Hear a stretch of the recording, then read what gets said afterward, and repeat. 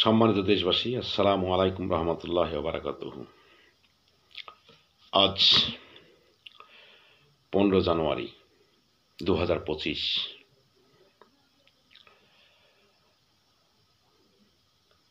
ছাত্র সমন্বয়কদের দ্বারা বা কর্তৃক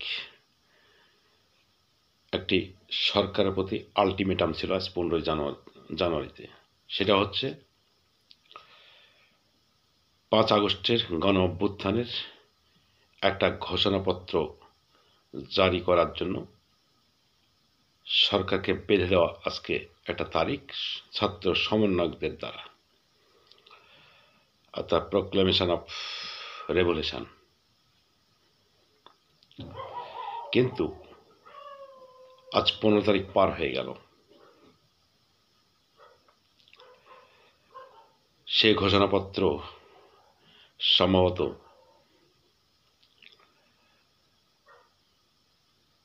সরকার প্রকাশ করলো না বা করতে পারলো না, যে কোনো প্রতিকূল পরিস্থিতির কারণেই হয়তোবা সেটা হতে পারে। এই স্বপ্নটা হয়তোবা ভবিষ্যতে অধরাই থেকে যাবে, অবস্থার দৃষ্টি তাই মনে হচ্ছে। তার অবস্থাটা কি? আমি বললাম অবস্থার দৃষ্টি তাই মনে হচ্ছে। 5 আগস্ট গণ অভ্যুত্থানের মাধ্যমে শেখ হাসিনা সরকারকে বিদায় দেওয়া হয়েছে, আর ক্ষমতা দখল করেছে ডক্টর মোহাম্মদ ইউনূসের নেতৃত্বাধীন অন্তর্বর্তীকালীন সরকার। এবং এর মূলত অন্তরালে এর সরকারকে পরিচালিত করছে এই ছাত্র সমন্বয়করা। শুধু ছাত্র সমন্বয়ক নয়, এখন বলা যেতে পারে যে ধর্মভিত্তিক উগ্রপন্থীরা। সে যাই হোক, যদিও এই ঘোষণাপত্রটা জারি করার কথা অথবা জারি করার একটা নিয়ম সে আন্দোলনের পূর্বেই অথবা আন্দোলনের মধ্যেই, কিন্তু তারা করতে পারেনি। পরবর্তীতে দেখা গেল যে এদের কার্যক্রম, এদের আন্দোলন পরবর্তী কার্যক্রম, এদের চিন্তাভাবনা, গৃহীত কর্মসূচি সব কিছুর ক্ষেত্রেই একটা ধারাবাহিক পরাজয়। এখানে ধারাবাহিক পরাজয় বলতে যদি বলি আমি যে এদের পরাজয়ের ক্ষেত্রে, এই অভ্যুত্থানকারীদের পরাজয়ের ক্ষেত্রে তারা হ্যাট্রিক করেছে, সেটা বললে ভুল হবে না। কেননা এরা প্রথমে অন্তর্বর্তীকালীন সরকার গঠন করার পরেই আমাদের এই রাষ্ট্র ব্যবস্থার সর্বোচ্চ পদ হচ্ছে রাষ্ট্রপতির পদ। মহামান্য রাষ্ট্রপতিকে এরা বিদায় দেওয়ার জন্য উঠে পড়ে লাগলো নানান রকম কর্মসূচি, বক্তৃতা, বিবৃতি, হুমকি, বঙ্গভবন ঘেরাও, অনেক কিছু কর্মসূচি। জানি না সেটা কোন কৌশলে রাষ্ট্রপতি টিকে গেল এবং এরা সেখান থেকে সরে আসলো। এটা একটা পরাজয়। তারপরে এরা 71-এর চেতনাকে সমূলে শেষ করে দেওয়ার জন্য বিভিন্ন ষড়যন্ত্র এবং 71 চেতনার প্রতি ক্রমাগত আঘাত শুরু করল। জাতীয় সঙ্গীত এবং বঙ্গবন্ধুর 7ই মার্চের ভাষণ, 71 সালে মুক্তিযুদ্ধকে এবং 72 সালের সংবিধানকে কবর রচনা করে দেওয়ার জন্য উঠে পড়ে লাগলো এবং একের পর এক ষড়যন্ত্র শুরু করলো। কিন্তু 72 সালের সংবিধানকে যখন মুছে ফেলা দেওয়ার জন্য তারা উঠে পড়ে লেগেছিল, তখন এদেশের রাজনৈতিক দল শুধু জামাত ছাড়া আর ওই কি হেফাজত উগ্রপন্থীরা ছাড়া, যারা সক্রিয়ভাবে ৭১ সালে বিরোধিতা করেছিল, এই কয়েক পার্সেন্ট লোক ছাড়া এখানে আমি ৭১ চেতনার পক্ষের লোক হিসেবে অবশ্যই বিএনপির ভূমিকাকে অভিনন্দন জানাই এবং তার প্রতি কৃতজ্ঞতা স্বীকার করছি। কারণ বিএনপি সহ অন্যান্য ওই যারা লেফট রাজনীতি করে অর্থাৎ লেফটিস্ট, তারাও প্রতিবাদের ঝড় তুলল এবং সে স্বপ্ন তাদের ম্লান হতে চলেছে। এই গেল ২ নম্বর। ৩, এরা সর্বশেষ এখন পর্যন্ত যেটা দেখা যাচ্ছে যে সে গণঅভ্যুত্থানের ঘোষণাপত্র জারি করতে যাচ্ছিল ৩১ ডিসেম্বর ২০২৪,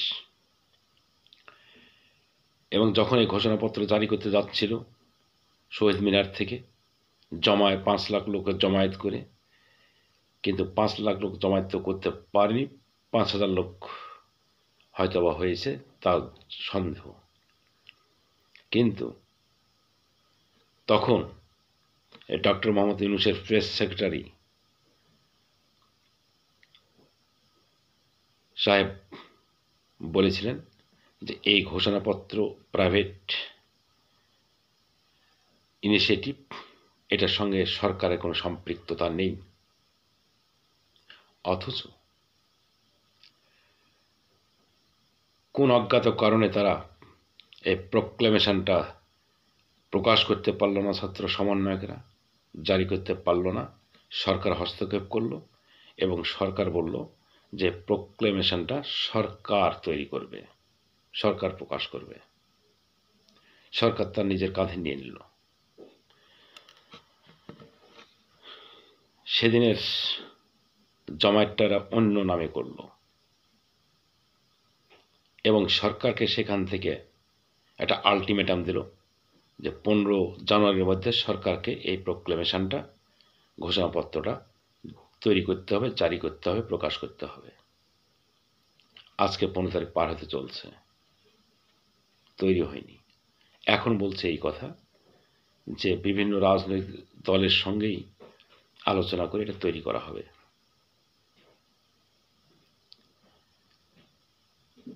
তার মানে এরা কোনোভাবে বিএনপির সমর্থন এখানে পায় নাই। কারণ বিএনপি একটি রাজনৈতিক দায়িত্বশীল রাজনৈতিক দল হিসাবে এবং বাংলাদেশের জন্ম ইতিহাসের প্রতি শ্রদ্ধাশীল হয়ে এদের মতো টাউট বাটপাড়ির আশ্রয় না নিয়ে অত্যন্ত দায়িত্বশীলতার পরিচয়ে বিএনপি এটাকে সমর্থন দিতে পারছে না, বিধায় তারা পারল না। তাহলে তাদের এই ৩টা ষড়যন্ত্রমূলক কর্মসূচিতে তারা পরাজিত, এটাকে হ্যাট্রিক বলা যাবে। এখন ভবিষ্যতে তারা কি করবে বলা যাচ্ছে না। তবে এরা কিন্তু এখন রাষ্ট্র সংস্কার নামে নির্বাচনকে পিছিয়ে দিচ্ছে, তাদের ক্ষমতার মেয়াদকে বৃদ্ধি করছে এবং এটাও বলেছে যে স্বল্প সংস্কার হলো ২৯ ডিসেম্বর ২০২৫-এর মধ্যে নির্বাচন হতে করা যেতে পারে, নচেত ফুল সংস্কার যদি হয় তাহলে ২৬ জুন।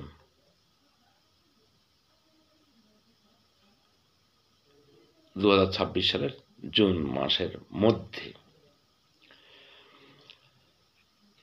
আসলে এদেরকে কি বলবো, এরা ধুরন্ধর না অজ্ঞ, এটা আজকে আমাদের একটা মৌলিক প্রশ্ন, জিজ্ঞাসা হয়ে দাঁড়িয়েছে।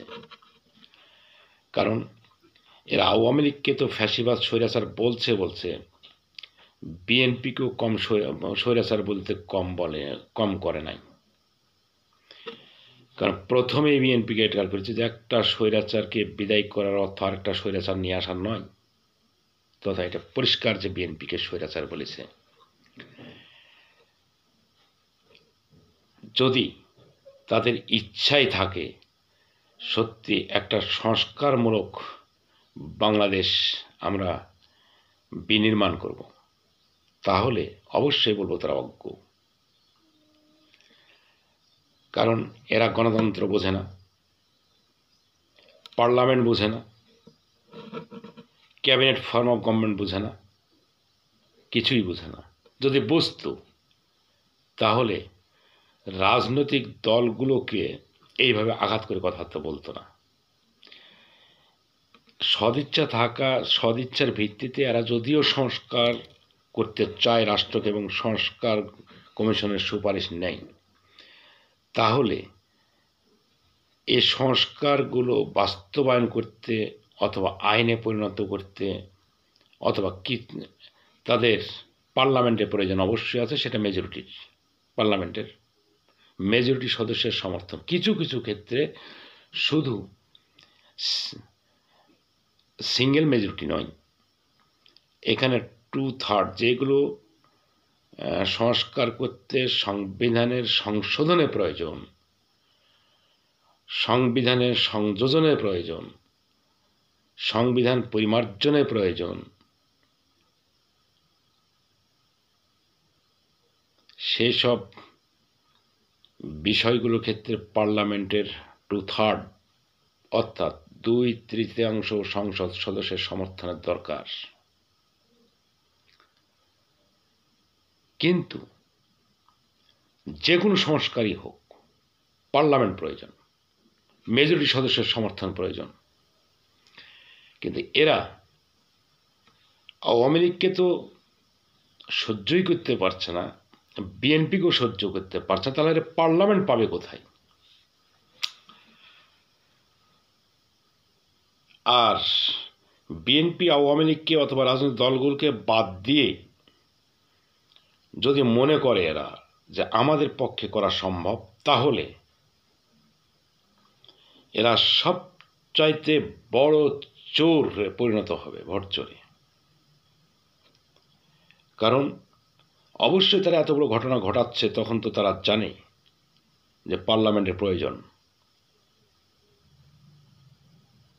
তাহলে যারা বিএনপি অথবা আওয়ামী লীগ যাই হোক নির্বাচনে যারা আসবে তাদেরকে যখন দূরে সরাচ্ছে, তখন এরা কিংস পার্টি তৈরি করবে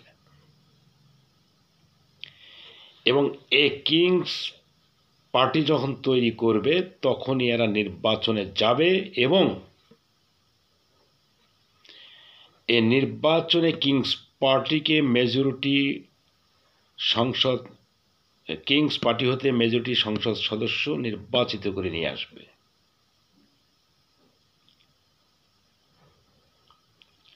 এটা আমার ধারণা। না হলে এই সংস্কারগুলোকে তারা কিভাবে আইনে পরিণত করবে? পার্লামেন্টের বিকল্প তো কিছু নেই। তাহলে এদের পার্লামেন্ট কোথায়? পার্লামেন্টে মেজরিটি পাবে কোথায়? এরা বিএনপিকে সহ্য করতে পারছে না, আওয়ামী লীগকে সহ্য করতে পারছে না, কোনো রাজনৈতিক দলগুলোকে সহ্য করতে পারছে না। তাহলে যে কোনো মেকানিজমেই এদেরকে পার্লামেন্টের মেজরিটি অর্জন করতে হবে। তাছাড়া কি করে সম্ভব? অতএব এটা তো পরিষ্কার, তারা যে আইন পাশ করতে জানে না, আইন কোথায় পাশ হয়, সংবিধান সংশোধন কিভাবে হয়, কোথায় হয়, অবশ্যই তো জানার কথা, কিন্তু সেদিকে যাচ্ছে না কেন? কিংস পার্টি হোক, ওদের মন মতো দু একটা রাজনৈতিক দলগুলোকে হোক, তারা যে কোনো মেকানিজমে পার্লামেন্টের মেজরিটি নিয়ে আসতে হবে, অর্জন করে দিতে হবে, তবেই সম্ভব। এবং তারা এটা করবে হয়তোবা এই জন্যই আজ কাউকে ছাড় দিয়ে কথাবার্তা বলছে না, তাদের শুধু অধ্যত্ত অধ্যত্ত অধ্যত্ত, অথবা ক্ষমতার বিড়ম্বনায় তারা কোনো কিছুই পরিষ্কারভাবে ভাবতে জানতে সক্ষম হচ্ছে না। যে কোনোভাবেই হোক তারা নিজেরা ধূম্রজলে আছে এবং দেশবাসীকেও এই ধূম্রজলের মধ্যে ঘুরপাক খাওয়াচ্ছে। কাজে এই ধূম্রজল মার্কা সরকার নিয়ে এ দেশের কি যে অবস্থা হবে এটা যে কোনো সচেতন মানুষ আর ভাবতে বাকি নেই।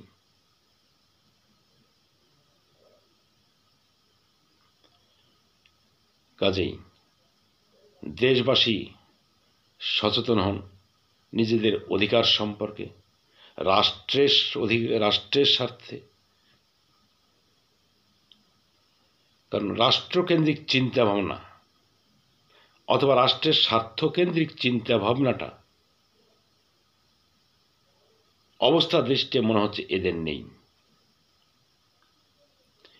এরা একের পর এক ষড়যন্ত্র করে যাচ্ছে, যে ষড়যন্ত্রগুলো এখন রাষ্ট্রের বিরুদ্ধে প্রতীয়মান হয়ে গেছে।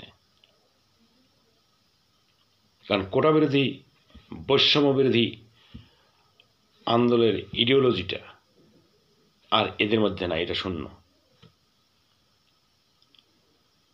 যদি থাকতো তাহলে তাদের চিন্তা ভাবনা ওই দিকে যেত। ওইটা না করে আন্দোলনে যেটা ছিল না, এই সংবিধান, ৭১-এর চেতনা, তারপর এই যে একটা প্রোক্লেমেশন জারি করে ৭২ সালের সংবিধানের কবর রচনা, এগুলো তো আন্দোলনের পূর্বে কোনো কথা ছিল না। আজকে এগুলো নিয়েই তারা বাড়াবাড়ি, এগুলোই তাদের পরিকল্পনা, এগুলো নিয়েই তাদের ষড়যন্ত্র। অতএব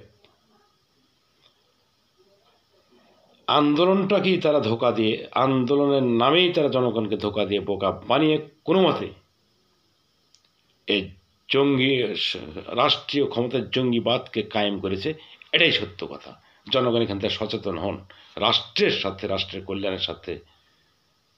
তাছাড়া এ রাষ্ট্রের, বাংলাদেশ নামেও রাষ্ট্রের কোনো অস্তিত্বকে এরা অন্তরালে স্বীকার করে না। কাজেই এ রাষ্ট্রের অস্তিত্বকে, রাষ্ট্রের সার্বভৌমত্বকে রক্ষা করার দায়িত্ব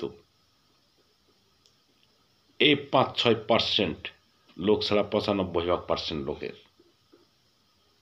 কাজে কে জাতীয় পার্টি করি, কে লেফট রাজনীতি করি, কে বিএনপি করি, কে আওয়ামী লীগ করি, কিন্তু আজকে এই বিভাজন নয়, এটা কেবল ভোটের রাজনীতি থেকে আমাদের যুদ্ধ হতে পারে। তবে রাষ্ট্রের জাতীয় স্বার্থে আমাদের ঐক্যবদ্ধ হওয়া এখন একটা সময়ের জরুরি প্রয়োজন হয়ে পড়েছে এবং আমাদের ঐক্যবদ্ধ হওয়া উচিত। প্রত্যেকটা রাজনৈতিক দলের কাছে আমি এই আবেদন রেখেই আমার আজকের বক্তব্য অথবা আলোচনা আমি শেষ করছি। আল্লাহ হাফেজ।